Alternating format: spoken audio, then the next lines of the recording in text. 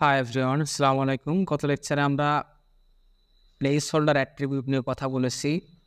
So আজকে আমরা নতুন একটা অ্যাট্রিবিউট নিয়ে কথা বলবো, যে অ্যাট্রিবিউটটা মূলত ফ্রন্ট এন্ড সাইডের জন্য না, ব্যাক এন্ড সাইডের জন্য, এবং খুবই খুবই খুবই ইম্পর্টেন্ট। এই অ্যাট্রিবিউটটা নাম হচ্ছে নেম অ্যাট্রিবিউট।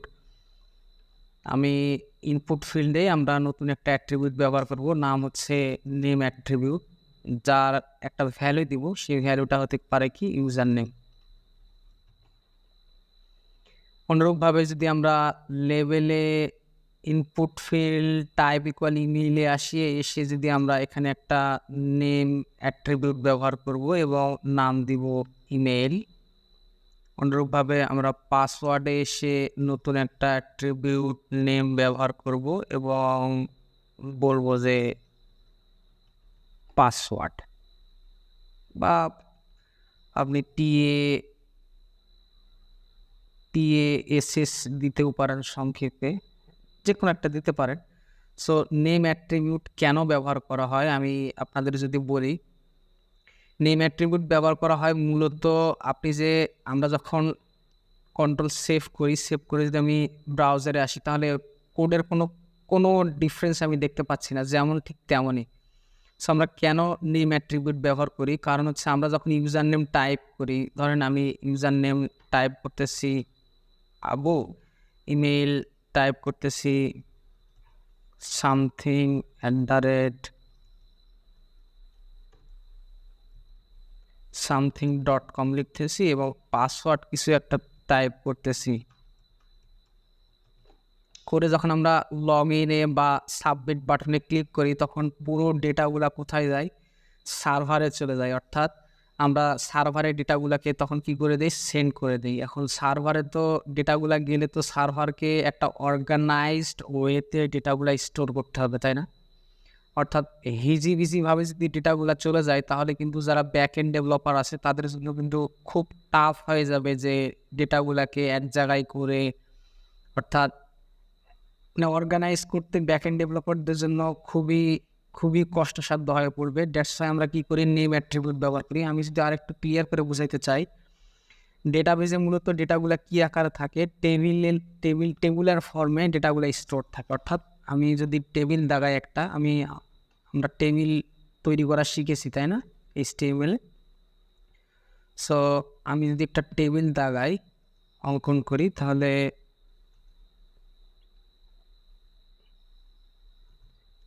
আমি এখানে দুইটা একটা ফিল্ড নিচ্ছি,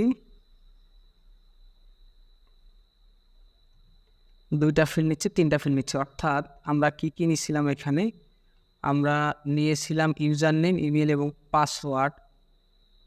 সো আমরা যখন ডেটাটা সাবমিট বাটনে ক্লিক করব, তখন এখানে ইউজার নেম নামে একটা ইউজার নেম, আমি সংক্ষেপে লিখতেছি, হ্যাঁ, বড় করে লিখতেছি না, ইউজার নেম, দেন হচ্ছে ইমেইলের জন্য লিখতেছি এবং পাসওয়ার্ডের জন্য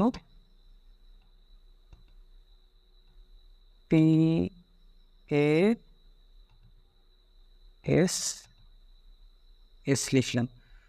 সো আমরা যখন কি করব, যখন আমরা সাবমিট বাটনে ক্লিক করব, তখন ডেটাবেজে তিনটা ফিল্ড তৈরি হবে। অর্থাৎ আমাদের মাই স্ক্রিন, আমরা যখন ডেটাবেস লেকচার দেখব, না দেখে থাকলে আপনারা একটু ভিডিও টিউটোরিয়াল অনলাইনে দেখে আসবেন। যখন ডেটাটাকে সেন্ড করব, তখন এই যে আমাদের তিনটা কলাম তৈরি হয়, সেই কলামের নিচে নিচে কি থাকবে, ডেটাগুলো স্টোর থাকবে। এখন কথা হচ্ছে কিভাবে থাকবে, আমরা যখন লিখি ইউজার নেম, আমরা যখন এই ইনপুট ফিল্ডে name is equal user name লিখি, তখন কি হয়, এই যে ডাটাবেসে যে ইউজার হবে, অর্থাৎ ইউজার নেম নামে এই নেম অ্যাট্রিবিউট ব্যবহার ফলে কি হয়, নেম অ্যাট্রিবিউট ব্যবহার করার ফলে আমরা যখন ডেটাটা সেন্ড করি, তখন মূলত সার্ভার বুঝতে পারে যে যে ভ্যালুটা যেটা আসছে সেটা একটা ইউজার নেম, এবং ইউজার নেম নামে একটা কলাম তৈরি হয়, এবং তার আন্ডারে যদি আমি ইউজার নেম আবু সেন্ড করি, সেক্ষেত্রে ইউজার নেমের নিচে আবু এসে স্টোর হয়ে যায়। এবং আমরা যে ইমেইলটা দিছি, সেই ইমেলটা আসে এখানে স্টোর হয়, এবং যে পাসওয়ার্ডটা দিয়েছি সেই পাসওয়ার্ড এনক্রিপ্টেড অবস্থায়, অর্থাৎ ভয় পাওয়ার কারণ নেই, কারণ যারা ব্যাকএন্ড ডেভেলপার তারাও কিন্তু পাসওয়ার্ড দেখতে পায় না, ওটা মূলত এনক্রিপ্টেড অবস্থায় থাকে। দেন দ্বিতীয় কোনো ব্যক্তি যদি এসে আবার ফর্মটা পূরণ করে, সো আবার যদি ফর্মটা পূরণ করে নেম দেয়, ইমেল দেয় এবং পাসওয়ার্ড দেয়, তখন কি হয়, সার্ভারে আবার যায় দ্বিতীয় ব্যক্তির নাম এখানে স্টোর হয় ইউজার নেম হিসেবে, ইমেল এখানে স্টোর হয় এবং পাসওয়ার্ড এখানে স্টোর হয়। এখন ফার্স্ট নেম, অনেক সময় দেখবেন যে ইউজার নেম বাদ দিয়ে ফার্স্ট নেম লাস্ট নেম থাকে, অর্থাৎ সেক্ষেত্রে নেমের জায়গাতে আমাদের কি দিতে হয়, ফার্স্ট নেম, এবং দ্বিতীয় ফিল্ডের নেমের জন্য লাস্ট নেম দিতে হয়। অর্থাৎ নেম যে অ্যাট্রিবিউটটা আমরা ব্যবহার করি এটা মূলত সার্ভার সাইডের জন্য, ফ্রন্ট এন্ড সাইডের জন্য না। তারপরেও বলতেছি যেহেতু আমরা কোডিং বেস্ট প্র্যাকটিস ফলো করে কোড করব, সো আমরা নেম অ্যাট্রিবিউটটা ব্যবহারই করি মূলত ব্যাক এন্ড সাইডে যে ডেটাটা আমার স্টোর হবে সেটা কি হিসেবে স্টোর হবে। অর্থাৎ আমি যদি আরও একটু ক্লিয়ার করে বুঝাই, আরও একটু ক্লিয়ার করে বোঝানোর জন্য আমি যদি তাড়াতাড়ি যদি আপনাদের একটু কোডটা করার চেষ্টা করি, আমরা 11 দিলাম না, আমি ফার্স্ট নেম দিয়ে একটা ইনপুট ফিল নিচ্ছি,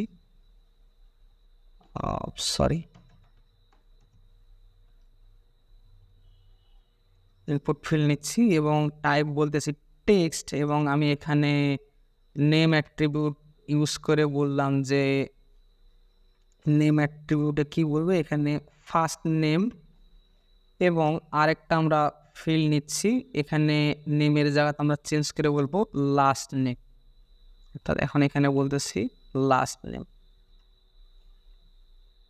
আমরা যদি একটার ব্রেক ট্যাগ ইউজ করি এবং এখানেও যদি ব্রেক ট্যাগ ইউজ করি, সেভ করে যদি আমরা কোডে আসি, তাহলে আমরা দেখতে পাবো ফার্স্ট নেম এবং লাস্ট নেম ইউজার টাইপ করে যদি সাবমিট করে, সেক্ষেত্রে আমরা এই যে নেম অ্যাট্রিবিউটে আমরা যে এফ নেম এবং এল নেম দিছিলাম, ফলে কি হবে, সার্ভারে এসে দুটো নতুন কলাম ক্রিয়েট হবে, একটা হবে এফ নেম, একটা হবে এফ নেম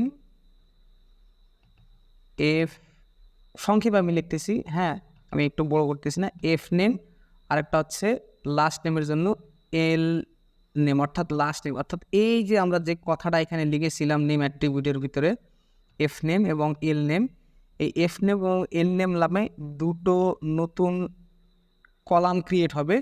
কলাম ক্রিয়েট হওয়ার ফলে কী হবে, ইউজার যখন ফার্স্ট নেম টাইপ করবে এবং লাস্ট নেম টাইপ করবে, তখন কী হবে, এই ফার্স্ট নেম ফিল্ডে এসে ফার্স্ট নেম কথাটা স্টোর হবে এবং লাস্ট নেম ফিল্ডে এসে লাস্ট নেম কথাটি স্টোর হবে, অর্থাৎ একটা অর্গানাইজ ওয়েতে ডেটাটা স্টোর থাকবে। দ্যাটস ওয়াই আমরা নেম অ্যাট্রিবিউট ব্যবহার করে থাকি। আশা করি একটু বুঝতে কষ্ট হলেও আশা করি আপনাদের খুব একটা বেশি কষ্ট হয়নি।